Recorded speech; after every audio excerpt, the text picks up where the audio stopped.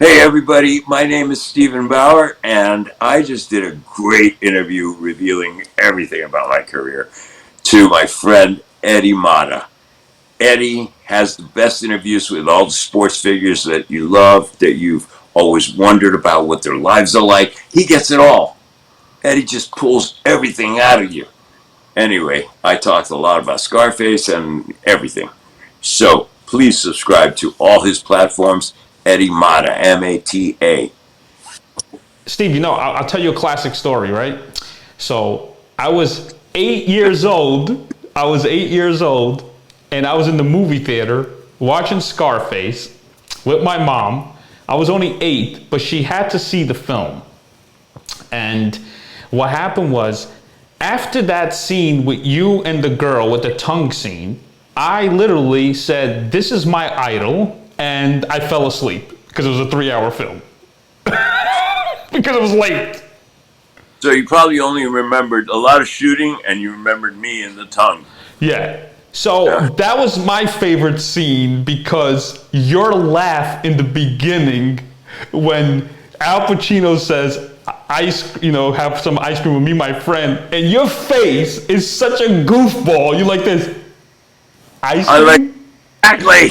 You like this? No, Steve, this is you. Look, Steve. This is you, right? Hold on. I'm going to show you right here. This is your scene right here, right? So you go like this. This is your face. Hold on a bit. This is your face. You're like, ice cream? Come on, man. That's not going to work. You know what I mean? You're like this. This is your face. Look, watch, Steve. Look. Ice cream? Come on, man. That's not going to work. That's a perfect imitation. You go like this. Look at your face. Look closely to me. I know your vision's a little off a little bit, but look, you go like this. Ice cream? Come on, man. That's not going to work. Do you know how you pick a woman in this country? Look at me. And then you stick out your tongue. I go, pay attention. In this country, you got to do like this. No, but you were much faster with the tongue. What was that? Yeah. But Steve, was that improvised? That had to be improvised. It was improvised insofar as how I did it and when I did it. In the what moment I would catch. But right before we were shooting the scene, and it was about something else. It was about a drop. Somebody was dropping some cash on the table. This guy, and he was a real DEA agent. We put him in the movie, but then he got cut out. They really cut him. See the clip. You'll see the cut. Boom! Suddenly there's a paper bag on our table, and then we start the conversation. And he goes, and Al says, because he met my dad, and finally, my dad filled in what I had started with him about being Cuban, about the sense of relief of being in this country and all the possibilities. And my dad had said, these guys come here and they're like, this is paradise. It's paradise. And Al added to to what he was supposed to say, and he said, paradise. I love that. I love that. I'm going to use that. So he opens the scene by saying, this paradise. It's paradise. Yeah, but continue what he said afterwards. Right after that, He goes, "This is like a large piece of what?" Oliver Stone, Oliver Stone had come up to me on set in Miami, and he said, Steve, Manny, he called me Manny. He said, have you ever seen any of your friends or Cuban guys like stick their tongue out, like do this tongue thing for girls? And I said, no. And he said, I saw this guy doing this, and I think you should be doing this. I think you should do this in a movie.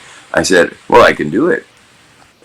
I can do it. And he goes, I'm going to write it a little piece where you interrupt him. So it was there. He gave it to me, and he put all his faith, and he convinced Brian to do the scene where I show him that, and he's like doubting me, right? And he goes, oh yeah, come on. And I go, you want to see me? You want to see me do it? And he goes, I'm going to watch. So we worked it out so that there was a girl that had come into the shop before. She was a skinny bitch, and she not hot or anything, but she was an American girl, a little blonde, and I improvise the walk. I do the thing, Oh yeah, the goofball walk.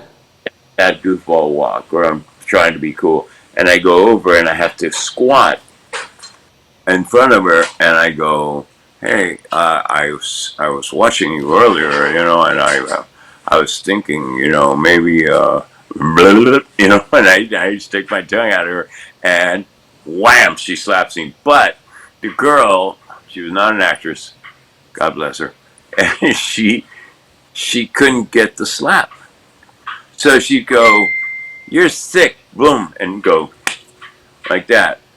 And Brian was like, no, you got to slap him. So we go over and over. And How many takes? How many takes? 23 takes. Wait. You had to execute after 23 takes? She's going like this. Like this. Or she's missing. Or she hits me in the eye. And I'm like, "Hey, hit me right there.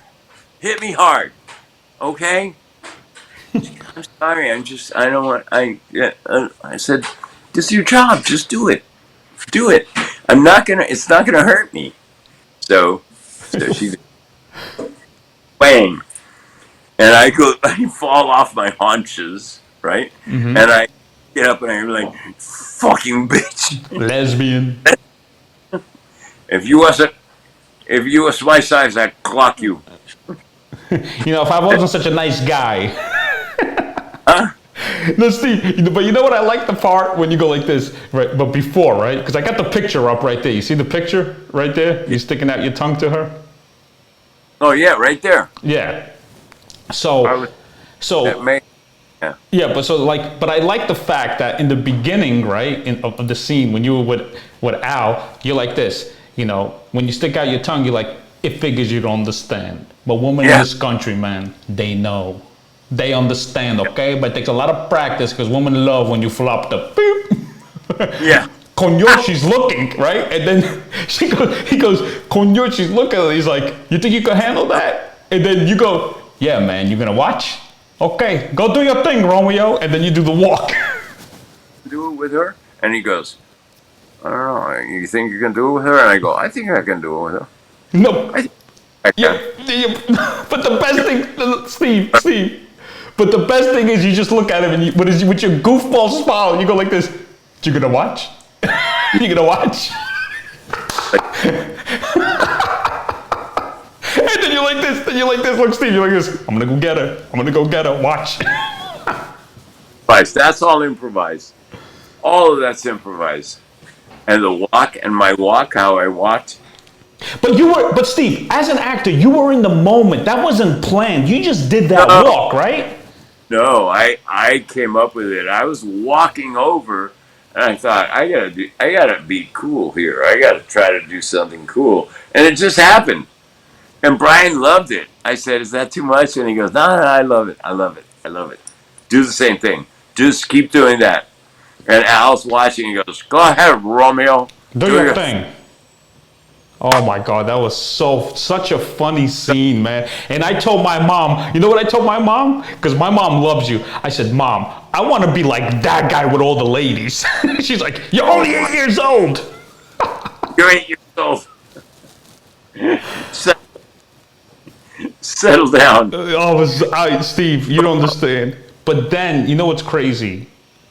As I got older, my friends and we would do so many lines from Scarface. And I said, I'm a fan of Al Pacino, but I love that guy, Bauer. That was my guy.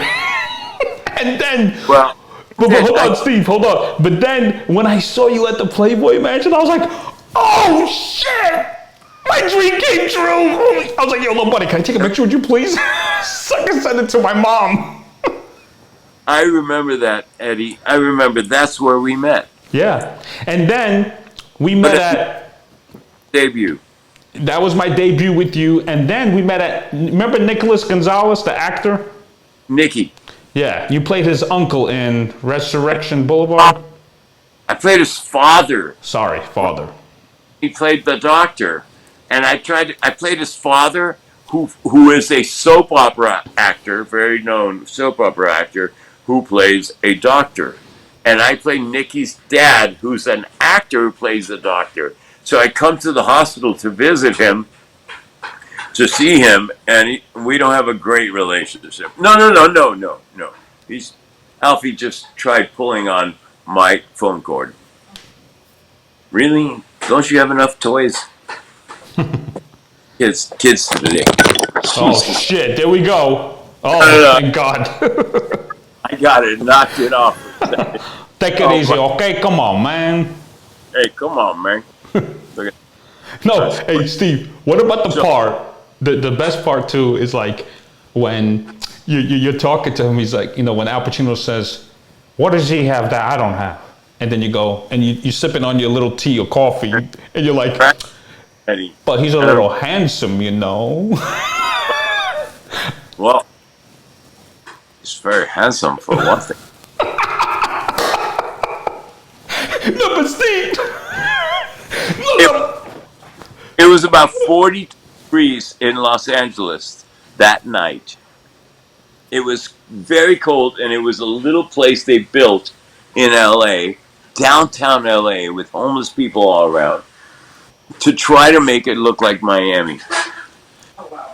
And we were freezing, and they were spritzing us to show sweat. We were sweating in a little coffee shop, a little coffee stand, sandwich stand in Miami. But it's LA, and it's 2 or 3 in the morning downtown. Literally,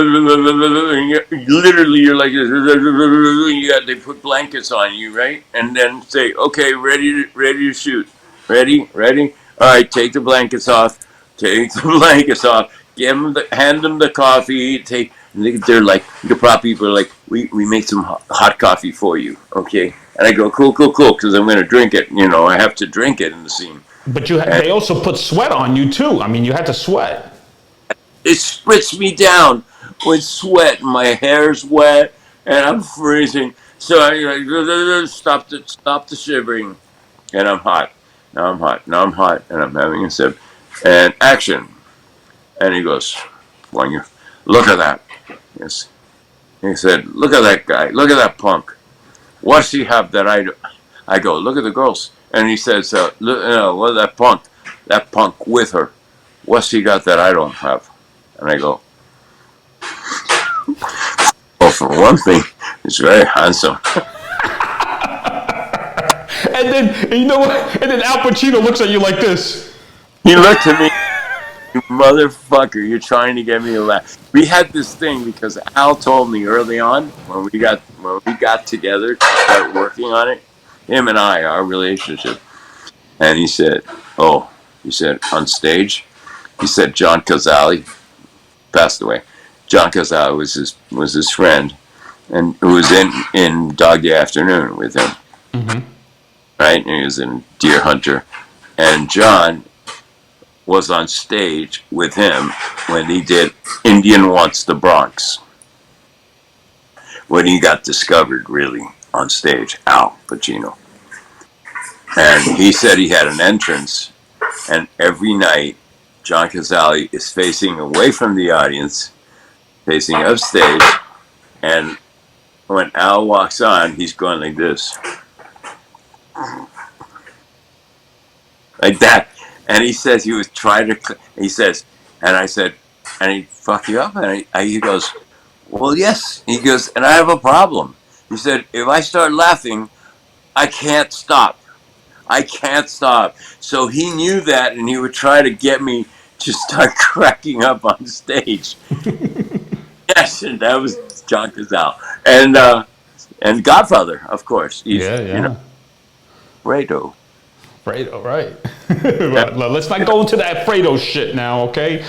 I won't. All right, thank you. Save that shit for someone else. Anyway, Steve. But then after the coffee, you go, I mean, come on, man. That's pizzazz, man. Look at her. I said, he's got... it's a little coke money. Yeah. So, the So and Oliver was there for a lot of that, but he became a pain in the ass to Brian. Let me ask you this: did Oliver try to like take control? Like, did the relationship with him and Brian De Palma? Would he be like, no, no, I want to do this? Would De Palma get like fed up? Yeah, yeah. We had a meeting. I remember this very secret sort of meeting that I was a part of, and it was Brian and Oliver and Marty Bregman was there, and Al and me.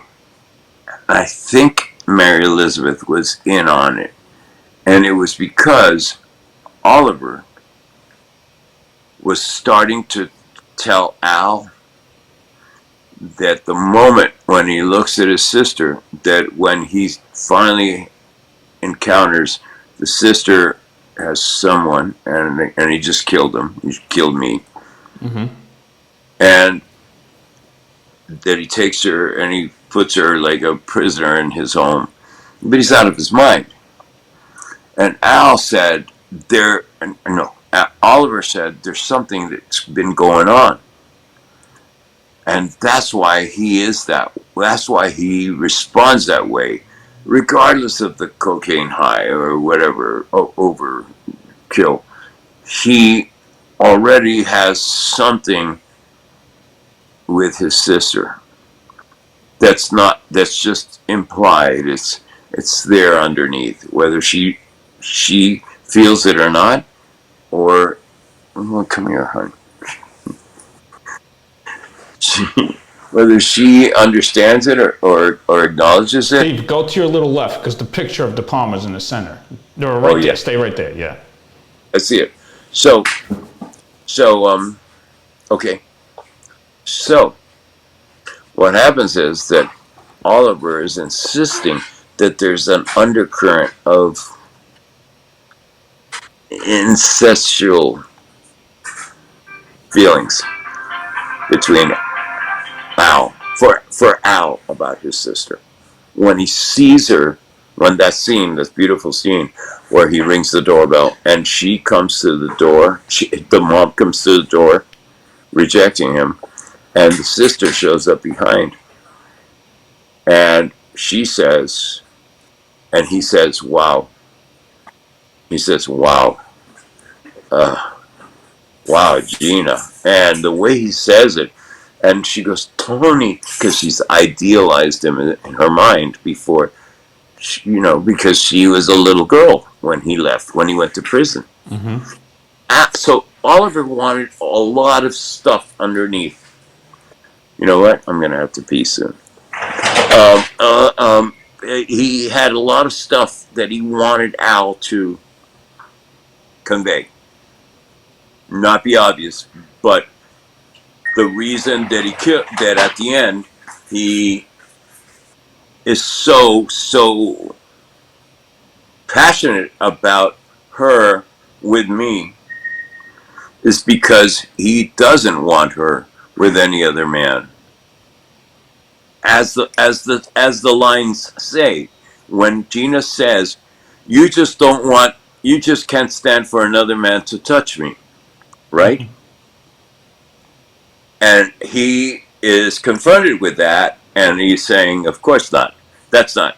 That's not." And Al, in the meeting, he said, "I don't want to. I don't really believe that. I don't believe that I have feelings for her, other than as a brother, as a big brother, as a sibling."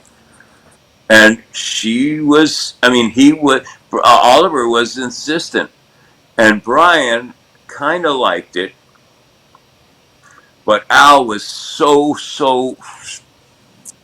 against it. This is a big meeting, a big like conflict of ideas about the story, about the character of Tony Montana. Yeah, but I What? think I think it was a great decision to go with that. Well, to go with it without saying it, Al said it should never be obvious. that I have feelings for my sister that way. Okay. Oh, I'm not. I'm not. I I love her and I'm protective of her. And maybe it bothers me, yes, like any big brother, about their little sister. Right. It's like no man is good enough for you. That doesn't mean I'm sexually attracted to you, sister. Right. Exactly. That's what Al was saying. He said, I don't buy it. I don't buy that I have that. What I have is just the possessiveness of nobody's good enough. Nobody in this circle, in this universe, where we live, nobody, including Manny, is good enough for you. And so, in a rage and in a cocaine rage, he kills me Right. before he hears the news that we have actually gotten together and become man and wife. You know what? She did an amazing job in that scene. Amazing Amazing. how she Unbelievable. stares Yeah. and stuff on me. I remember because I was the recipient of that. And I was in because I that's what I do. I was like, I'm dying. That's what I told myself. And every time we shot it from 12 different angles. Cameras from above, from side. You see it. Yeah. You see me in slow motion going and falling back. And I fell back on that marble floor, and it was like 50 degrees in LA, freezing cold in a house rented from someone that's become kind of an icon house in in Mount Olympus, up Laurel Canyon, Mount Olympus, and I've had several like people, guys who have rented that house over the years. I And they think one. invited you? Oh yeah, Oh yeah. yeah. Usually are unsavory characters. But Steve, what about the part Been inside actually. I've been invited a lot and like pressed, like you got to come up here. You got to come up here. I own this place. This is where you died. And I'm like, oh, I don't know. I don't know that I want to hang out. But I literally haven't been inside in that foyer of the house where the balustrade, the long stairway, round stairway where she comes down, and the idea of, I mean, just the idea, the decision to go into slow motion right there is brilliant. Now I have to yeah. give Brian that, and the great, great, great cinematographer But John Steve, you Alonso. know what was great? Like I'm sure while you were dead, you were listening how the way when she held you, she's like, we wanted to share the news with that we got married, and her voice. You just got married yesterday. We Yeah. surprise you. Oh, and she's holding my head, and I'm bleeding to death, and I'm still like twitching, but I really am just unconscious. But I hear all that, and we did. First of all, my getting shot with the robe that was a skippy robe, right? I mean, in my underwear. It was a silk robe. They had about 6 of them. So they had to double it up and try to get multiple angles in each take because the thing was going to go off. They had me set up with 2 bullet explosions and blood through the silk robe. So we had to use all the robes in different takes because once it's used, you can only shoot the part where I'm laying Right. down. Right. But first, you had to get it right because Brian had you do like many takes until he was satisfied that he had enough where he could pick out something that was perfect. Right. Right? He's like Hitchcock, and he did a masterful job. And the editor too. The editors were amazing. So what Al's going through in that scene is so turbulent and so hard on him, and I could feel it too. I just felt like, you just killed me. I'm your best friend. Right. And he was looking at me and he was trying to be hard, but I could see he was dying inside. Yeah. We just got married yesterday. We were going Oh to. my God, yeah, that touched me, man. I mean, Gina's character, she fucking executed that one. You just could hear it, man. Holy. She was exceptional. She was, and that's why they chose her. Because when she and I did the audition together, it was all over. Right? Marty Bregman passed away. Rest in peace. Marty Bregman came to me at the final audition with Al, that Al was involved in. Because up to then they would only read people with Edward Olmos, playing Al's character, playing Tony Montana. Because Al didn't want to read with anyone yet. Yes. Finally, flew us to New York and we had it. And by then already, from day one, when Brian saw me, and he said, "This is Manny. This is the guy." And then I went to L.A. and he said, "Go to L.A. Go see Marty Bregman, and Bregman's going to give you the script. Learn it, and then we're going to bring you back to New York in a couple of weeks."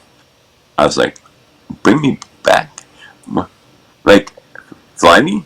And he goes, "Yeah, we're going to fly you back to New York, and you'll read with Al." Holy shit!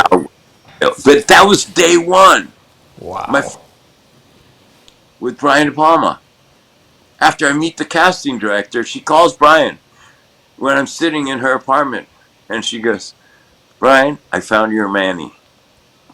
Before you see anybody else, I want to send him over to see you right now, because I had a flight back to LA so I could start doing some television, because I was broke." And right.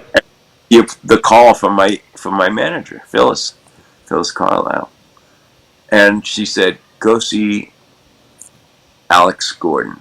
She's an old-time casting director, a very respected casting director, and she cast Sophie's Choice." And wow, yeah, Meryl Streep. They don't have. She hasn't opened the office for casting yet. She's at her apartment.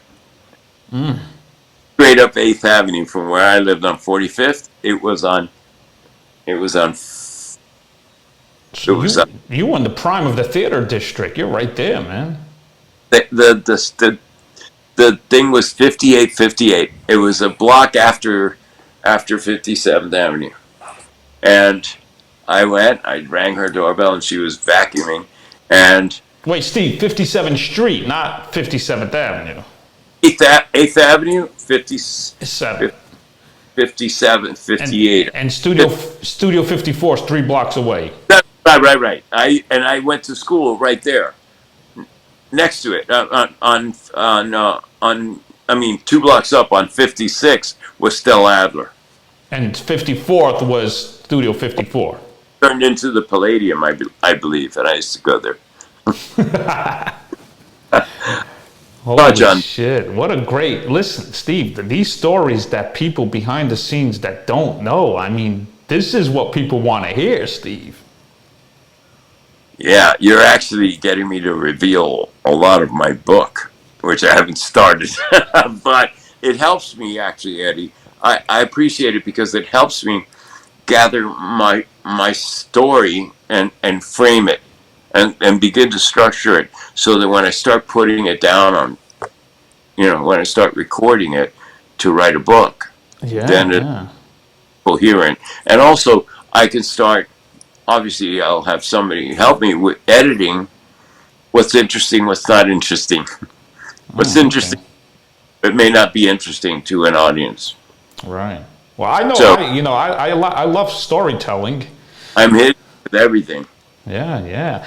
You know what's crazy, Steve? But here's the thing, man. Now you're on top of the world, right? First of all, Scarface, the reviews were horrible. That's what I heard back in the days. It was terrible that your pulmonary artery was broken when they were talking about it. It was hard. It was horrible, but I got very lucky. I got lucky because I wasn't lumped in with everybody. With the critics knew basically everybody in the film, and but mostly Brian and Al Pacino, and of course they really hit hard on the screenplay by Oliver Stone because it's the first time in American cinema that the word "fuck" is used 150 times in the movie. I think it was 250. I think, Steve. 250, 236. Yeah, something like that. Oh, it was over 200. Nobody had ever heard that or seen that, so it's very jarring to an audience. Even though you're used to already the hard movies of the 60s, you have not seen this. Even Taxi Driver, which came out before that, of course. I saw Taxi Driver when I was in college, and I was like, it's like, wow, Yeah. this is filmmaking and acting. Yeah. And Nah, man, it was. Listen, but the thing I didn't understand why the reviews were so bad, and I'm like, and then all of a sudden, 10 years later, hold on a minute, 10 years later, boom, it just exploded. but it wasn't the critics that rediscovered Scarface. They had to make their comment, and this is the problem with journalism everywhere in the last 40 years is that everybody wants to be a star now. So you have to get your review out and say this is a piece of shit. Right. All they do is fuck. And then they show graphic violence on the screen, and you've got Al Pacino acting like a person from another country, and he's all over the place, and he's too big, and it's a character, it's a cartoon, and I got saved because they said, and then there's this newcomer, Stephen Bauer, who is very, very real and actually fulfills his role nicely. Shining spot for the movie is newcomer Stephen Bauer. So I got saved. I mean, I was graced by not being known before, and because I was being Manny. They're like, wow, that guy's real. He's not overacting or anything. Right. And Yeah, but Steve, let me tell you something first of all. I don't give a fuck, man. It's hard for Al Pacino to get into that character, Cuban accent, voice and speech, all that crazy shit. and then get blasted for it. But listen, we were doing it. While we were doing it, I was in his trailer every day because he insisted he'd call me from my trailer, from my little cubbyhole that I was in. I had a little cubbyhole, right? And he had a thing, a Winnebago. And every morning I'd get there, I'd start getting dressed and stuff, and they say, Steve, Al wants you to get over to his trailer. So I'd go over there, and that's it. We'd start our day talking in character. And I would bug him, though, because we'd finish a scene, like one of those grueling scenes, after doing 28 takes or something. And he would look at me after like the first or second take. He would look at me, cut, and he would look at me and he would say, what do you think? And I said, that was okay. That was okay. And he goes, should we do one more? And I say, yeah. And he'd go, Brian, one more. And then we do one. And then we do one more. And then we do one more. And he goes, are you happy? Are you guys happy now? We've done 12 takes. And Brian and Al would look at me and say, I love him, man. He's so fucking good, man. He's so good. I say, Brian, can we do one more? And he goes, Manny, okay. All right, everybody, we're doing one more. Steve, out of all the scenes, and go back to the trailer. Wait, we go back to Al's trailer in silence. Finally, be like, okay, that's it. That's enough. 28 takes. Go back to the trailer, walk in, and I'd be like, it's my first movie, right? And I'm like, and he'd be like, walking around his trailer, getting ready to play a game of Uno with me because that's what he did.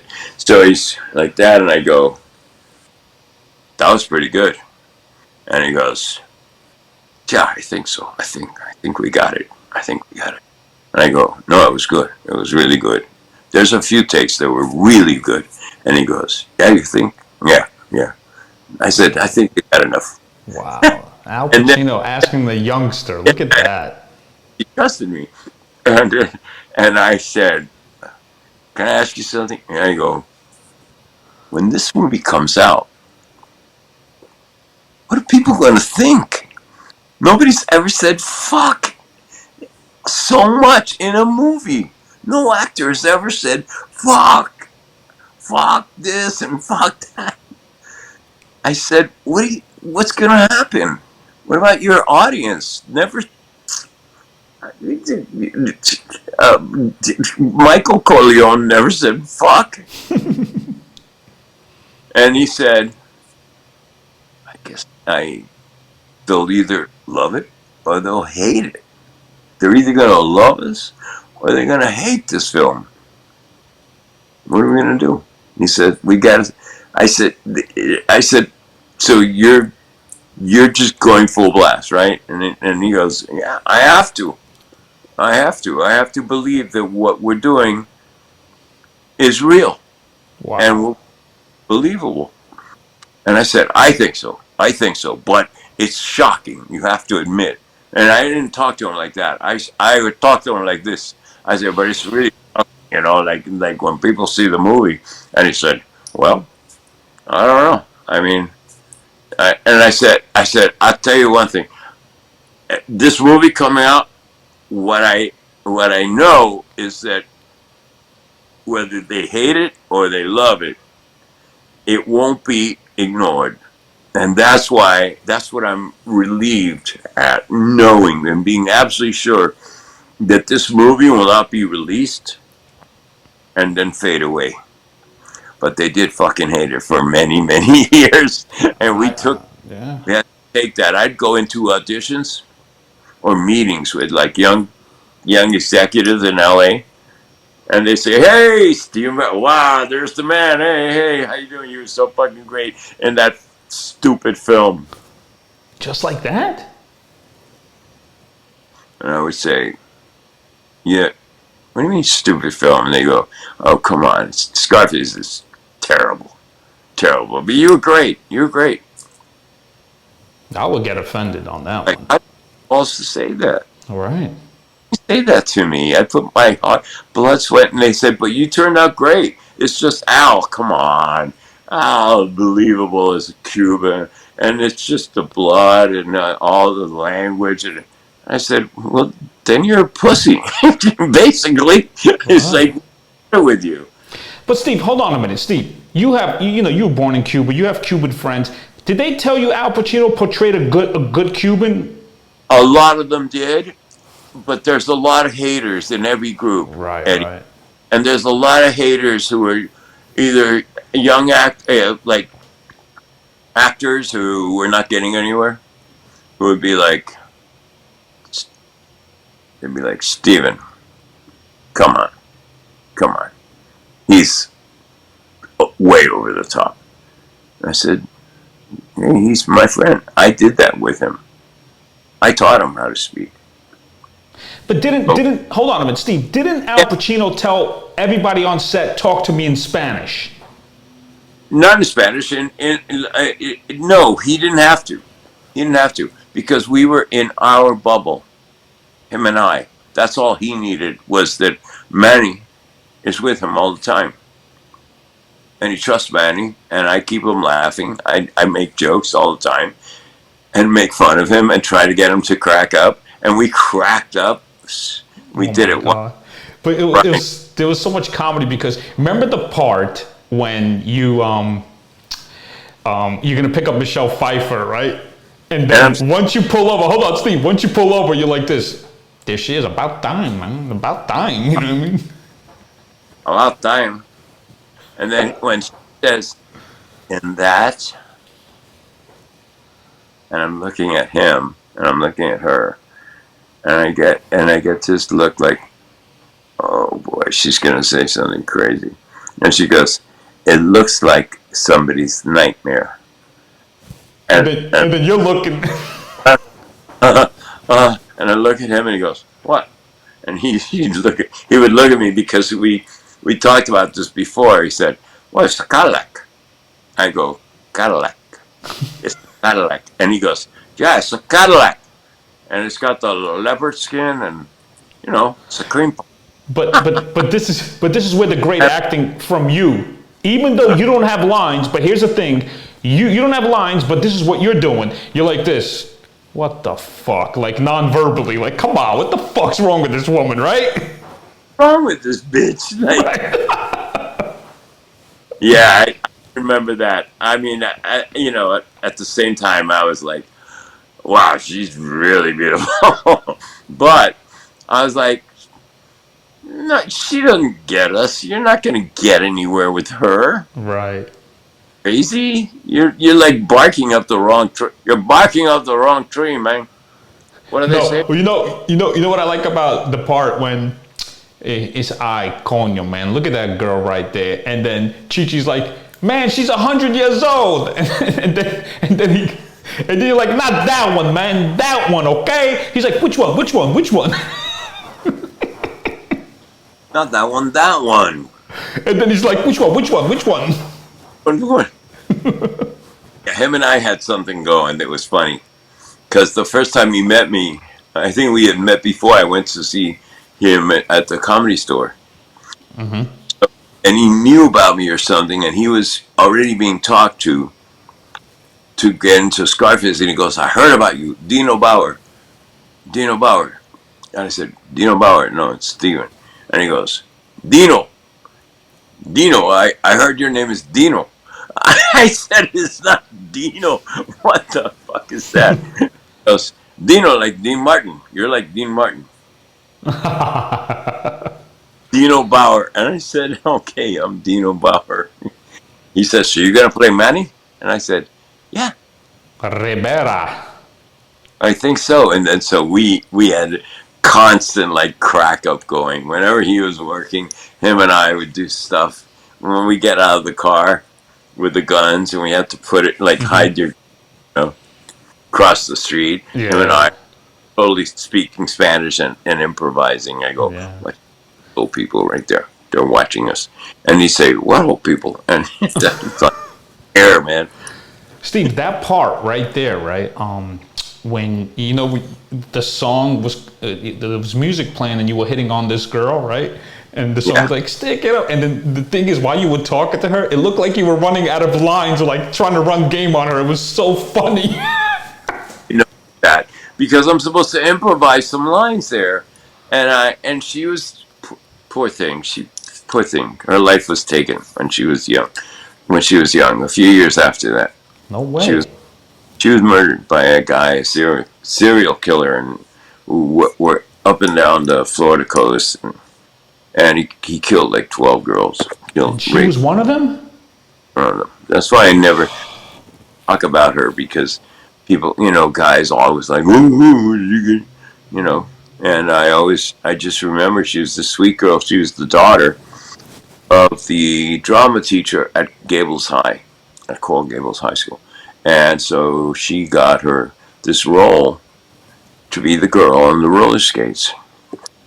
And she was very sweet, and I wasn't that way. I worked with her. She was a young drama student, and she was modeling. And she went on a modeling job, I guess, and never came back. Oh my God. And so it's hard that scene.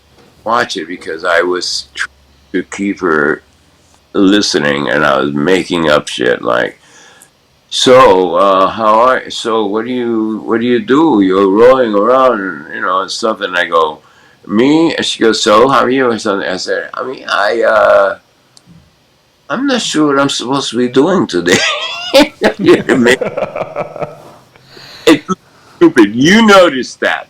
You noticed. No, But it went well. No, I'll tell you why. It went well because you were trying to run lines on a girl, like, like hitting on her, right? And you're like, you're the type of woman, and you're like thinking, what should I tell her to make her feel good? Because I want to score with her. You know what I'm saying? yes. And then I go like, I just like your bathing suit, and I reach over, right? Yeah. He goes, no, like that, and like goes away, and I go, fuck, like coño. And that's when he goes. I think it's time. And I go, yeah, okay, yeah, let's go. Hey, how old were you there? 23 years old? I mean, that's a dream role right there, man. Are you fucking kidding me? I was imbued with confidence because I worked with Al every day. What scene was the longest with Al? How many scenes? What scene was like, holy shit, we did a lot of takes? It probably was like doing the whole entry to Frank Lopez's home, to his condo, or it actually was Bibi Rebozo in Miami, Cuban guy, friend of Nixon. It was his old house, and it was, I think, and it's on Key Biscayne, and it's beautiful. But in the movie, somebody made the decision that instead of us going to his house on Key Biscayne, that this was one of those beautiful towers that had just been erected recently, that was iconic now as Miami. It was this beautifully designed, this architect who did a few of the buildings in the 80s. And it was like this. Do you remember the tower that was like this? Yeah. Middle. It was multicolored. Every floor had different color stripes like this. The building was striped, and then it had a hole in the middle, and it was red like this for no reason except design. And so they made us walk up. Remember, we go with Omar takes us over there, and he pushes, and Al says, "This fucking guy, this your friend?" And I'm like, "It's okay." And then that's the entrance. And then we shoot the scene at the house in Key Biscayne. So they're making it look like. And remember when he goes to before he kills Frank Lopez, before I kill Frank Lopez, he goes to visit Elvira and talk about kids. Yeah. How he wants to marry her, and her to have his kids, right? And his fucking vision, So And how many takes was that? Well, that was. I'm just saying that when he went to visit her, that wasn't Bibi Rebozo's house. It's supposed to be that condo with a big patio and a pool. But when we shot the thing at Bibi Rebozo's house, it was long. It was a long night because eventually we have to go in, say hello, be introduced. Oh, it went in and out. All that stuff. And God bless him, and our friend Bob Loja, God, we miss him. He created this character. He asked me. He said, "I want to play this like I'm a car dealer, right? I have this car dealership as a front, but I'm making all that extra money, Right. the drug trade already." And he said, "I'm thinking about making him a Cuban Jew. You know any Cuban Jews?" I said, "Are you kidding? I know bankers, friends of my dad." So he had that high thing. Yes. And he said, "Do you think?" And I said, "Yes." He says, "I don't have to speak differently. It's just I'm Cuban, and I'm in Miami, and I talk like this, And you're gonna find that it's not how to make the cash; it's what to do with all the fucking cash." Wow, you sound just like him. He goes, "What to do with all the fucking cash?" And I was sitting there like this, like, you are incredible, man. He had the ability to just enjoy everything he delivered and Yeah. laugh at his own Yeah. jokes. It's part of his character, so beautiful. And Yeah. this, oh God. He's such a great guy, man. Holy shit. So Steve. that when we're there, we have to sit down. I could eat a horse. Yeah, we'll cook you a horse. Okay, I'll eat it. It's Yeah. like it's between him and Al, and then waiting for Elvira. Elvira, Oh. And then she no, goes, you know, yeah, Frank, the if house. anybody wants to kill you, the Babylon Club, she said something like that. She said what? No, remember that part when she says, so where we going to, she goes, so where we going tonight? We're going to the Oh, Babylon Club. and he goes, the Babylon Club, and she goes, again. Yeah. Yeah, and he's annoyed by her, right? He's trying to save face in front of these guys that he wants to impress, right? And she's like making him look silly, and Yeah. he's beautiful. If you watch it, he goes, yes, I thought we'd go to the Babylon Club. And she goes, Frank, in her own inimitable, Yeah. Yeah. Frank, if anybody wanted to assassinate you, you wouldn't be hard to find. And he goes, what? Assassinate me? And he looks at us, and he goes, and I got nothing but friends. And he's got his drink in his hand. And she goes, you never know. Maybe you're the catcher on your little league team. And he goes, what? That son of a bitch didn't get a hit all year. I should kill him. That son of a bitch didn't get a hit all year. I should assassinate him. Steve, tell me about this right here. Who did this for you right here? See that picture right there? Oh, that's Carlos Navarro. Carlos Navarro in Miami. Great Miami artist. Very original style. Very beautiful. He did a whole sequence of Scarface portraits. And I'm trying to get one. The one that he did. There's two that he did of Al. One in the bathtub, with a Yeah. cigar. Who put this thing together? The bubbles, right? Yeah. Like this in the bathtub. The other one is him just like with a cigar in his mouth. It's great, beautiful of Al, and one of Elvira, The um, cigar. yeah, one of Michelle Pfeiffer, where she's like this or something. Anyway, he did this showing in Coral Gables at a gallery a few years ago. But since then, I'm involved in doing a company. He got the permission or the licensing from Universal Pictures of using our likeness, not saying Scarface anywhere. Okay. We're going to do T-shirts and all kinds of apparel. You know, this shirt I got, it's a Scarface shirt, and it's at a store on Santa Monica. It's a sneaker store. But it doesn't say Scarface. Yeah, it does. Where? Right here. I think the guy got rights. Here, see? What's it called? Because I just did a deal with. I'm gonna do Scarface.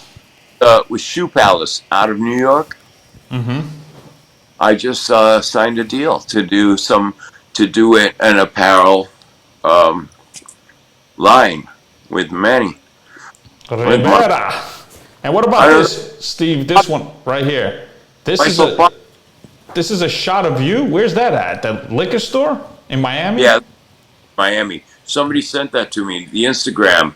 Everybody's like on it suddenly. It's like 27th Avenue. It's a little bit north Miami, and a little bit kind of in the hood. And it's a liquor store, and it's got Manolo all over the front of the store, like somebody did a mural. Yeah, yeah. Steve, Uh, do you I haven't know? I haven't even died yet. Yeah, well, let's not go there. And You got 40 more years.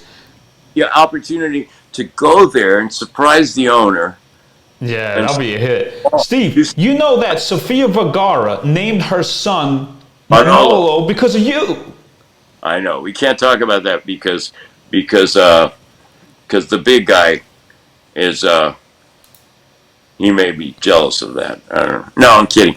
I'm kidding. The big guy who married her. Well, he ain't that big. He's just ripped. He's big. He's big. Yeah. I did a movie with him. He's about my size. He's probably taller, and he is just Yeah. a, Yeah, he's but a he be looks like a nice guy. He's not a jealous type, right? great, and he has a great sense of humor. Yeah, I yeah. joke. Just Oh, okay. yeah. Well, So, listen, this has our been great. son actually sometime. Say that again? I'd like to meet Manolo one day. I'll give him some pointers. Okay, man. Okay? You do your thing, Romeo. Hair. I tell you, man, because women in this country, they know, man. They understand, okay? But it takes a lot of practice because women love when you flop the push. Coño, she's looking. No, you'd say we did this. We used to have this thing. Al had this great sense of humor. So when we improvise, he's like, when the girl first showed up in the bathing suit, right? Mm-hmm. He was like, "That's the girl." Wow. And then she was like this. She's not she's not an actress. She was just like chosen because the veins, the bikini. And she's like doing this, and he goes, I go, wow. I go, you like that? And he goes, she's something.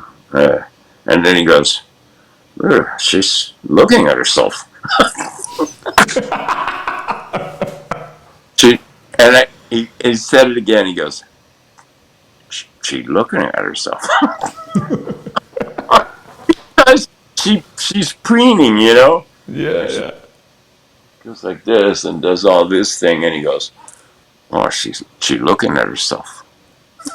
Like concept of like she's looking at herself. But Steve, where did you get this line? I was thinking this the other day, okay? A line of blue jeans with my name written all over chicks' asses. What you That's think right. about that? That's right. Huh? What'd you think about that? And he goes, I think it sounds completely crazy. Well, look. I was You're like, missing it. because I had to, my legs were like this on the table looking at the beach when we did the pina colada scene. I thought about this the other day. A line of blue jeans with my name written on the back of chicks' asses. Huh? What do you think? That sounds completely crazy to me. And I go, yeah. And then I go, oh, look. And I had to swing my Yeah, yeah, leg yeah. on the table like this to the shot. Boom. I go, look. We're missing the action. That's what we're doing. No, but Steve, you know what was the best part too? The part in the beginning, your behavior right in the beginning. This is what I noticed as an actor, because I'm a trained actor, What happened was you have that joy of drinking that pina colada. You're like, in your face, you're just feeling that pina colada. Because in Cuba and in prison in Cuba, we ain't seen too many pina colada fruity drinks with alcohol in them. Never. Like never. So to see that and be like, what's in it? Rum and pineapple. Oh, I'll take one. Yeah, You know, right. And I set it all up in my mind like, I never seen this but in you my were life. loving it, yo. You were loving it. I'm drinking from, I'm drinking every last drop. And you know what? I also learned that Brett Ratner was like 6 years old. He was inside the swimming pool. He was 12, Oh, 14, okay. maybe 14, and he was like, Steve, do you like that girl? You like that girl right there? You want me to talk to her? And I'd be like, no, no, no, no, no. And he says, Steve, I'm going to be a big time director one day. Wow. Can you believe that? He Holy read, shit. he actually recently posted something. He gave me a really nice tribute. Really nice. And over the years, I've seen him. He invited me on the set of the Lamb. What's his name? The Lamb movie that he did with Ray Fiennes and Norton. Which one was that? Red Lion, Red Hunter, Red. It's the continuation of Silence of the Lambs. Oh, yeah, I know what you're talking about. I forgot the name, yeah. Red. God, Red Dragon. Right, Red Dragon. And yeah, that I saw him for the first time in years, and now he's a big time director. yeah. And remember when I was there, when I was on the set at the Fontainebleau, he was a little squirt. He was just a little kid, and he told me, "I'm going to be a big time director." Wow, good for him, yeah. Now to complete the cycle, of course, we have to do a movie together. So I'm following up. You know, Brett, if you're out there, You know keep what? me. I'm gonna cut this clip and I'm gonna send it to Brett Ratner through Instagram. Yeah, yeah. So Tell go him ahead, deliver that message right now. If Brett, go ahead, say it. you made me proud. Yeah. Well, listen, Steve, it's been a pleasure talking to you. It's about fucking time because it's only I, been a year and a half. I know. And when every time you say, Steve, don't diss me. What is that? What does that mean? Don't diss me. That means don't big league me. Don't what? Big league me. You know what big league means? Big No. league means in baseball, in sports, athletes, meaning like if you say something you're gonna do, you'd be like, yo, don't big league my ass, meaning that I disappeared. Like you're done. I didn't even hear from you. Can't move to the majors. Right, exactly. I'm be friends. All right, Steve, let me end this. Get to the show. Right, exactly. Let me end this real quick. This is Stephen Bauer, one of my favorites, great friend. We go way back. Here you go. Hold on.